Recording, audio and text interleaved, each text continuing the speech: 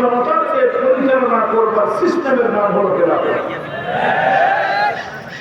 মানুষ হলো আল্লাহর পক্ষ থেকে শুধুমাত্র আদেশের গোলাম, সে আল্লাহর পক্ষ থেকে আল্লাহর প্রতিনিধি হিসেবে আল্লাহর সেই বিধানকে কার্যকর করবে। এই জন্যই মানুষকে বলা হয় খলিফা, আর আল্লাহর বিধানকে দুনিয়াতে কার্যকর করার নামই হলো খেলাফত।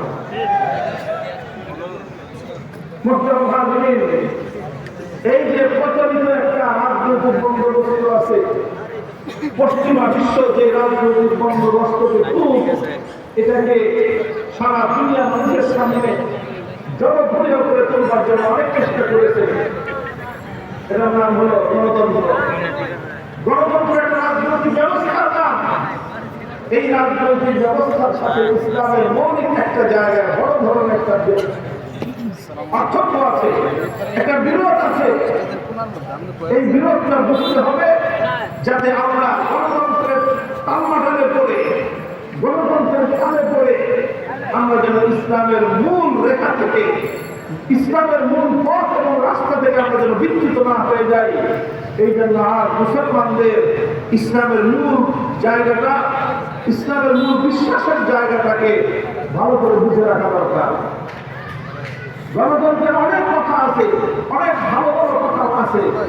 আমি সেই কথাগুলো বিস্তারিত আলোচনা আজকে যাবো না, শুধুমাত্র পার্থক্যের জায়গাটা দেখাবো।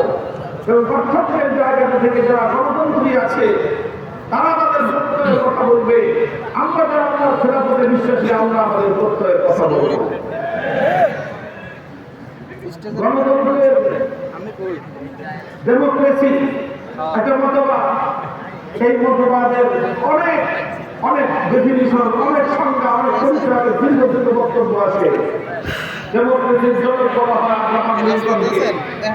সেই আব্রাহাম লিঙ্কন ডেমোক্রেসি সম্পর্কে, গণতন্ত্র সম্পর্কে একটা ব্যাখ্যা সে দিয়েছে, ব্যাপক জনপ্রিয়, বহুমুখ প্রচলিত, সুপ্রসিদ্ধ। তার সেই সংজ্ঞাটা হলো কি? Government of the people, by the people, for the people. অর্থাৎ জনগণের সরকার, government of the people, by the people, জনগণ কর্তৃক নির্বাচিত, ফর দ্য পিপল, জনগণের কল্যাণে নিয়োজিত। এর নাম হলো ডেমোক্রেসি, এর নাম হলো গণতন্ত্র। এই যে তিনটা পয়েন্টের কথা বলা হলো গণতন্ত্রের মধ্যে, একটা হলো সরকার হলো জনগণের। সরকার কার? জনগণের। সুতরাং সরকার দেশ চালাবে কেন্দ্রে, জনগণ যেভাবে চাইবে। সরকার আইন করতে কেন্দ্রে, জনগণ চাইবে কেন্দ্রে। সরকার বিধান করতে কেন্দ্রে, জনগণ চাইবে কেন্দ্রে। এটা হলো